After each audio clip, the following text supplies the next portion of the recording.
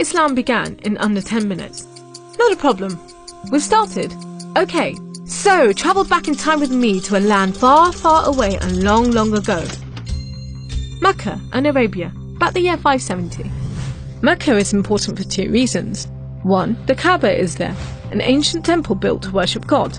And 2, Muhammad, peace be upon him, was born in Mecca. Now, problem. I can't show you Muhammad because it wouldn't be right. I'll tell you why in a bit. But in the meantime, here's his name in Arabic. Nice. Back in the day, Mecca was a lawless place. The only way to be safe was to have backup. Lots of rich big brothers who'd beat up anyone who got in your way. So the place was ruled by the most powerful families who could do pretty much what they wanted. And religion didn't help. By this time, the Kaaba had been filled to overflowing with 360 idols that did nothing to help anyone. So it was a tough place to grow up if, like Muhammad, you were a poor orphan and believed in just one God you couldn't see, like the Jews and the Christians. He called him Allah, the God, in Arabic there. Muhammad's dad died before he was even born, and his mum died when he was just 6. So he was brought up by his grandfather, Abdul Muttalib, and then, when he died too, by his uncle, Abu Talib, who had the respect of the city's ruling families, so Muhammad was safe for the time being. Muhammad started out as a shepherd and then became a businessman, travelling about buying and selling stuff for rich clients. When he did some work for a rich widow called Khadija, she was so impressed by his honesty and skill that they ended up getting married, and for a while it looked like Muhammad was going places. Well, he was, but not how you think. Every year in the month of Ramadan, different calendar, different names for the months, there was a big party around the Kaaba when people made sacrifices to the idols. Muhammad hated it, so he'd get out of town and sleep in a cave he'd found on the top of a nearby mountain. One night, Muhammad's praying to Allah when wham! There's the angel Jibreel, you might say Gabriel, standing right in front of him. Read, says the angel, but Muhammad couldn't read. No schools, you see. Jibreel keeps on at him. 3 times he says, read. Then he grabs hold of Muhammad and wham! Again, it's like Muhammad's learnt the words off by heart. So he recites the message out loud. Read in the name of your Lord, who created man from a drop of blood. Read, for your Lord is most generous. He who taught by the pen, taught man what he did not know. It was a message from Allah. God was speaking to him just like he'd spoken to the prophets in the Jewish and Christian holy books, which meant he was a prophet too. The messages continued for the rest of Muhammad's life. Allah gave him the words to say and the Prophet recited them. The words were written down by his friends, and years later they were collected together and became the Muslim holy book, the Quran, which means recitation, because Muhammad recited it, you see?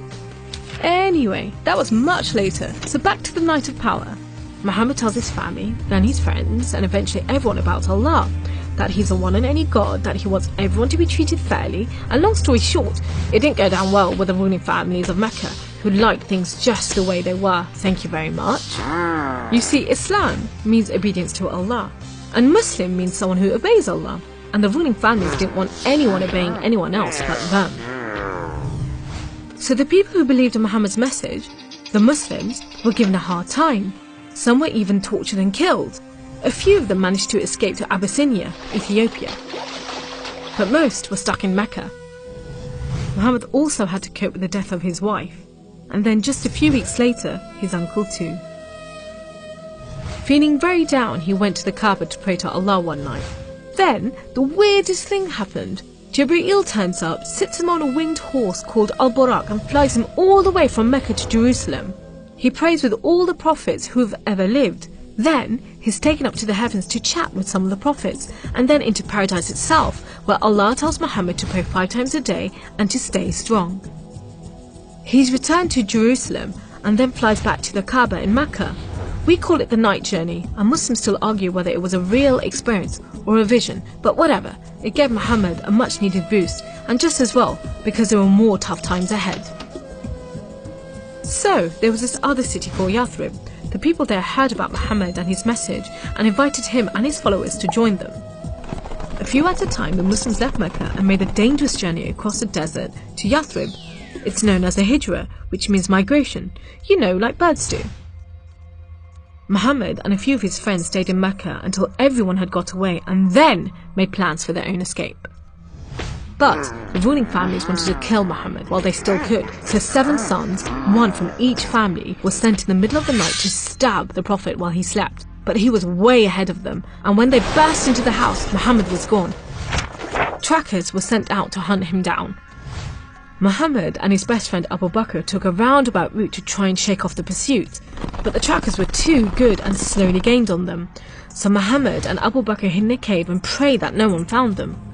The trackers found the cave all right, but they didn't bother going in to search. There was no way Muhammad could be inside, they thought. There was a spider's web over the mouth of the cave and a nesting bird at the entrance. He must have given them the slip.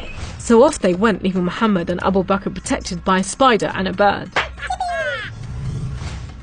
Muhammad made it safely to Yathrib, which was renamed Medina al-Nabi, the city of the Prophet, but most people just call it Medina. But Muhammad's worries weren't over yet. There were 3 big battles between the Muslims and the Meccans. First, the Battle of Badr, when Muhammad and just 313 men faced 1,000 Meccan soldiers. Miraculously, the Muslims won. Then there was the Battle of Uhud, which didn't go so well. Some of Muhammad's men disobeyed his orders and ran off during the battle to raid the Meccans' camp, and so the Muslims were outmaneuvered. Then there was the Battle of the Trench. Medina was protected on 3 sides by mountains, so when the Meccan forces advanced in the city, the Muslims just dug a deep trench. The Meccans made camp, but the weather was terrible. Pouring rain put out their fires and howling winds blew down their tents. Eventually they gave up and went back to Mecca. It was all a bit embarrassing. They were losing the respect of the local tribes who were flocking to join the Muslims. So a peace treaty was signed at Hudaybiyah. But it wasn't long before the Meccans broke it. Muhammad decided that enough was enough. By now he had over 10,000 men, so he led them across the desert to Mecca. The ruling families realized they'd made a huge mistake, but it was too late. All they could do was surrender and hope that the Muslim army killed them quickly. But Muhammad said there should be no more fighting. He rode into Mecca and went straight to the Kaaba. He circled it 7 times anti-clockwise and smashed all the idols, rededicating the Kaaba to Allah. And that's why I'm not going to show you Muhammad. The Muslims wanted to make it totally clear that they only worship the one unseen God. So they didn't have any pictures of Muhammad in case anyone thought he was an idol, and they didn't have any pictures of Allah because he's like nothing on earth, so it would be impossible to draw him anyway. So there you go, how Islam began in under 10 minutes. How did I do?